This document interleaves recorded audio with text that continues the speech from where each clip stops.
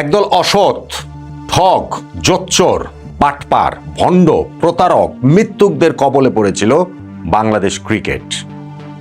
Meticulous design, তাদের meticulous ডিজাইনটা আমাদের ক্রিকেটটা ধ্বংস করে দেবার জন্য। যে বাংলাদেশ তারা দেখতে চায়, সেই বাংলাদেশে ঐক্যের নাম যে ক্রিকেট হতে পারে, এই আশঙ্কাটা প্রবলভাবেই তাদের মধ্যে ছিল বলে আমার আন্ডারস্ট্যান্ডিং। সেই কারণে ক্রিকেট ধ্বংসের সেই মেটিকুলাস ডিজাইন তারা করেছিল এবং সেই পথে এগিয়েও তো গিয়েছিল অনেকখানি। বিরাট বড় এক পদক্ষেপ নিয়েছিল টি-20 বিশ্বকাপে বাংলাদেশের না খেলাটা নিশ্চিত করার মাধ্যমে। আর যদি বাকিটুকুও করতে পারত, তাহলে আর বাংলাদেশে ক্রিকেট খেলা থাকার কোনো কারণ ছিল না। 12ই ফেব্রুয়ারি জাতীয় সংসদ নির্বাচনে যদি এই ষড়যন্ত্রকারীরা, যারা এই বাংলাদেশে টি-20 বিশ্বকাপ খেলতে দিতে চায়নি, যারা ক্রিকেট ধ্বংসের মেটিকুলাস ডিজাইনের সঙ্গে যুক্ত, তারা যদি রাষ্ট্র ক্ষমতায় চলে আসতো, তারা যদি পরবর্তী সরকার গঠনের ম্যান্ডেট পেয়ে যেত, তাহলে বাংলাদেশ ক্রিকেটের এটাই হয়ে যেত দ্য এন্ড। সেইখান থেকে আমরা ঘুরে দাঁড়িয়েছি, বাংলাদেশ ক্রিকেটটা এই যাত্রায় বেঁচে গিয়েছে বলে আমার কাছে মনে হচ্ছে। অন্ততপক্ষে সেই আশার জায়গাটা তৈরি হয়েছে। কেন আমি সেই আলোচনাটাই এইখানটাতে করছি? দেখুন, এইখানটাতে পক্ষ ছিল 3টা মেটিকুলাস ডিজাইনে আমার আন্ডারস্ট্যান্ডিং। প্রথম 2টা পক্ষ রাজনৈতিক বলতে নাম্বার 1 বাংলাদেশের অন্তর্বর্তীকালীন সরকার, আরো স্পেসিফিক করে বললে সেই সরকারের যুব ও ক্রীড়া মন্ত্রণালয়। কিন্তু সেটা ওভারঅল সরকারেরই যেই দর্শন, তারই প্রতিফলন আমাদের এই টি-20 বিশ্বকাপ খেলা না খেলা, ক্রিকেট খেলার প্রতি যে তাদের মনোভাব, এই সব কিছুর মধ্যে প্রতিফলিত হয়েছে। নাম্বার 2, বাংলাদেশের এই নির্বাচনে রাষ্ট্র ক্ষমতায় আসার জন্য যারা প্রবলভাবে আগ্রহী ছিল, প্রতিদ্বন্দ্বিতা করেছে, আগ্রহী তো যে কেউই থাকতে পারে, প্রতিদ্বন্দ্বিতা করেছে এবং সোশ্যাল মিডিয়াতে এমন একটা হাওয়া তৈরি করেছিল যে সরকার গঠনটা তাদের কেবলমাত্র সময়ের ব্যাপার। ওই অন্তর্বর্তীকালীন সরকারের উপরে তো তাদের প্রবল প্রভাব ছিল, তারাই হয়তো বা এই সরকার চালিয়েছে। ফলে 12ই ফেব্রুয়ারি যদি নির্বাচনটাতে তাদের যে একটা হিসাব ছিল, ভারত বিরোধিতার জিগিরটা জাগিয়ে রাখতে হবে 12ই ফেব্রুয়ারি নির্বাচন পর্যন্ত, এবং তাতে যদি ক্রিকেটকে স্কেপগোট করতে করবে, এবং তারা সেটা আসলে করেই ফেলেছে। এই রাজনৈতিক দল, এই রাজনৈতিক দর্শনের মধ্যে যারা রয়েছেন, তারা এইখানটাতে আরেকটা এইখানটাতে জায়গায় ছিলেন। এবং নাম্বার 3, বাংলাদেশ ক্রিকেট বোর্ড। অবশ্যই বাংলাদেশ ক্রিকেট বোর্ড, কোনো রকম কোনো দায় এড়ানোর সুযোগ নেই। আমিনুল ইসলাম বুলবুল ভাই বাংলাদেশের প্রথম ওয়ার্ল্ড কাপ টিমের ক্যাপ্টেন, প্রথম টেস্টের সেঞ্চুরিয়ান, আমাদের ক্রিকেটের কিংবদন্তি, এত কিছু বলে দায় এড়ানোর কোনো রকম কোনো সুযোগ আমি দেখতে পাচ্ছি না। এবং এই যে আমি 3টা জায়গার কথা বললাম, তার মধ্যে 2টা জায়গার বিদায় মোটামুটি ঘটে গিয়েছে, বাকি আছে আর আরেকটা জায়গা। বাংলাদেশ কি তাই ধ্বংসের হাত থেকে আমাদের ক্রিকেটটা বাঁচার আশাটা আমরা করতে পারি কিনা? দেখেন, টি-20 বিশ্বকাপে বাংলাদেশ খেলবে না ফ্রম দ্য ভেরি বিগিনিং, এইটাই ছিল স্ট্যান্ড, তাদের স্ট্যান্ড, এই 3 পক্ষেরই স্ট্যান্ড। এইখানে কোনো ক্রিকেট বোর্ড বাধ্যটাধ্য হয়েছে আমি এটা মানতে রাজি না। অবশ্যই তারাও এই ষড়যন্ত্রের পার্ট। মুস্তাফিজুর রহমানকে আইপিএল থেকে বাদ দেওয়াতে ভারত তাদের রাজনৈতিক স্বার্থ সিদ্ধির জন্য যেটা শুরু করেছিল, এবং সেইটা লুফে নিয়েছে আমাদের রাজনীতিবিদরা, আমাদের অন্তর্বর্তীকালীন সরকার, আমাদের ওই একটি নির্দিষ্ট রাজনৈতিক দল বা তাদের দর্শনের দল, এবং হচ্ছে গিয়ে আমাদের এই বাংলাদেশ ক্রিকেট বোর্ড। হিসাবটা খুব সহজ। হিসাবটা হচ্ছে গিয়ে ক্রিকেট খেলাটাকে বাংলাদেশের একটা ঐক্যের জায়গা, সেই ঐক্যটা বিনষ্ট করতে হবে। আমাদের তো অনেক কিছুই গিয়েছে, গত এই 1.5 বছরে আরো অনেক কিছু গিয়েছে। সো ক্রিকেটের এই ঐক্যটা নষ্ট করতে হবে। সেই নষ্ট করার জন্য যা করা দরকার তারা সেটাই করবেন। যিনি যুব ক্রীড়া মন্ত্রণালয়ের উপদেষ্টা ডক্টর আসিফ নজরুল পরবর্তীতে হয়েছেন, তিনি ওই যে মাস 6 আগে বলেছিলেন না যে ক্রিকেট হচ্ছে গিয়ে অন্য একটা দেশের হেজিমনি। সো যাদের মনোভাব এরকম, তারা তো ক্রিকেট খেলাটা নষ্ট করতেই চাইবেন। তার আগে যিনি যুব ক্রীড়া মন্ত্রণালয়ের উপদেষ্টা ছিলেন আসিফ মাহমুদ সজীব ভুঁইয়া, তিনি কিরকম বিসিবিতে একটা ইলেকশন দিয়েছেন সেটা আমরা দেখেছি না? দেখেছি তো। তার সময় যে তিনি ওই যে পরিবর্তন করে, সেগুলো আমরা আসলে দেখতে পেয়েছি। এখন বাংলাদেশ এইখানটাতে ভারতের মাটিতে গিয়ে টি-20 বিশ্বকাপ খেলবে না, বিষয়টা সেটা না। বিষয়টা ছিল আমরা বিশ্বকাপ খেলবো না, নো ম্যাটার হোয়াট।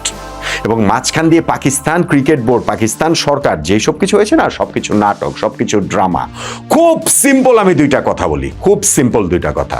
কথা হচ্ছে গিয়ে নাম্বার ওয়ান, বাংলাদেশ টি-20 বিশ্বকাপে আমরা খেলতে পারি না। আমাদের ক্রিকেট বোর্ড তাদের নেগোসিয়েশন পাওয়ার দিয়ে, ক্রিকেট বোর্ড প্রেসিডেন্ট আমল ইসলাম বুলবুল ভাই আমাদের সরকারকে যেমন বোঝাতে পারেনি, তেমনি আইসিসি, ভারতীয় ক্রিকেট বোর্ড কিংবা অন্যান্য যে ক্রিকেট বোর্ডগুলো রয়েছে কাউকেই আসলে বোঝাতে পারেনি। যে কারণে তো ভোটে আমরা 14-2 ব্যবধানে হেরেছি, শুধু পাকিস্তান আমাদের পক্ষে ছিল। সেই বুলবুল ভাই ভারত পাকিস্তান ম্যাচের আয়োজন তিনি করে ফেলছেন, পাকিস্তানকে রাজি করে ফেলছেন, ওয়ার্ল্ড ক্রিকেটের ইকোসিস্টেমের স্বার্থে সেটা তিনি রাজা করাচ্ছেন, এবং তিনি এটা হেসে হেসে ইন্টারভিউ দিয়ে বিভিন্ন জায়গাতে এটা বলে বেড়াচ্ছেন। বিরাট একটা গর্বের কাজ।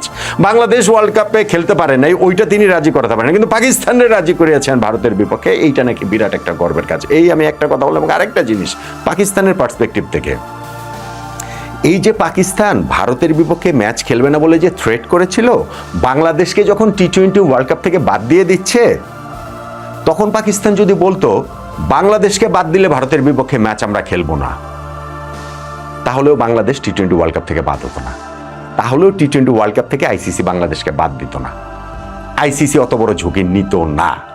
পাকিস্তান তখন কিছু বলে নাই, কেননা পাকিস্তান চেয়েছে বাংলাদেশ বাদ হয়ে যাক।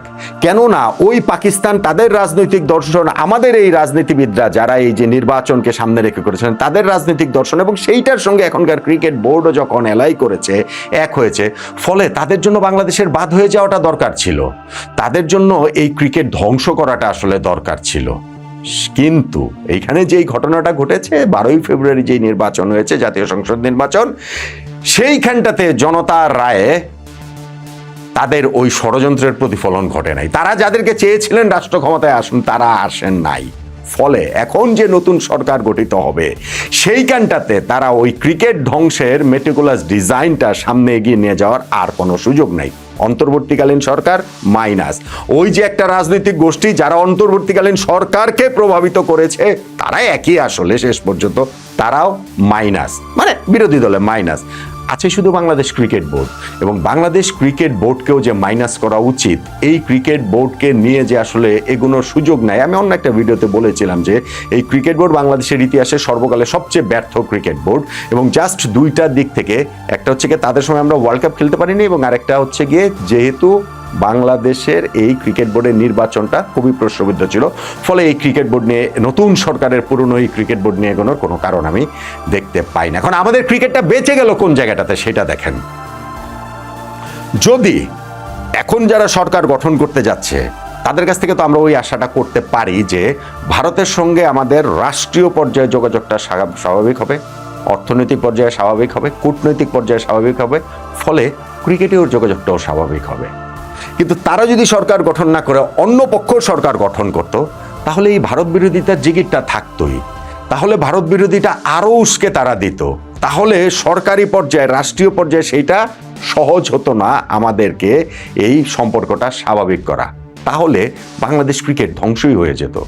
ওই যে এখন অনেকে বলেন না যে ভাই বলেছিলেন তো বাংলাদেশের ক্রিকেট একটা ওয়ার্ল্ড কাপ না খেললে ধ্বংস হয়ে যাবে, কিন্তু আমরা তো আইসিসির সঙ্গে মিটিং করেছি, আইসিসি তো বলেছে আমাদেরকে জরিমানাও করবে না, আমাদেরকে এইখানটাতে কোনো রকম কোনো নিষিদ্ধ টিষিদ্ধ করবে না। বিরাট আপনারা নাকি এটাতে যারা বলছেন তারা জিতে গেছেন, যারা বলছেন তাদেরকে আমি চিনি, তাদেরকে সবাই বাংলাদেশের মানুষও প্রবাবলি আসলে এখন চিনে গেছে। অনেক তো আসলে এই গুপ্তটুপ্ত থাকলেন, কিন্তু এখন বোধহয় মানুষ সেই জিনিসটা চিনে গেছে। যাই হোক, সো যদি এইখানটাতে বাংলাদেশে ওই তাদের প্রত্যাশিত কাঙ্ক্ষিত স্বপ্নের সেই সরকার গঠিত হতো, ভারতের সঙ্গে সেই বিরোধিতা থাকতো, এবং সেই বিরোধিতা যদি থাকতো, ক্রিকেটেও এই বিরোধিতা থাকতো, এবং থাকলে হতো কি, বাংলাদেশ ওয়ার্ল্ড কাপ ইস্যুতে নিষিদ্ধ হয় নাই, অন্য কোনো ইস্যুতে নিষিদ্ধ হতো। বাংলাদেশের এইখানে আইসিসির যে রেভিনিউ শেয়ারের ওই টাকাটা কেটে রাখেনি, অন্যভাবে কেটে রাখবে। বাংলাদেশকে ওয়ার্ল্ড ক্রিকেটে একঘরে করে দেওয়া ভারতের জন্য কোনো ঘটনা, ভারতের জন্য কোনো ঘটনাই আসলে না। আর কেউ ভাইবেন না যে বাংলাদেশের ক্রিকেট ছাড়া বিশ্ব ক্রিকেট চলতে পারবে না। পাকিস্তানের যেমন তাদের লেগাসি রয়েছে ক্রিকেটে, তাদের অনেক কিংবদন্তি রয়েছে, বহু বছরের ক্রিকেট রয়েছে, ভারত পাকিস্তান ম্যাচের সেই ভ্যালু রয়েছে। বাংলাদেশের কি আছে? বাংলাদেশ ভারতের সাথে পায়ে পাড়া লাগিয়ে ঝগড়া করে বাংলাদেশের ক্রিকেট সার্ভাইভ করার কোনো রকম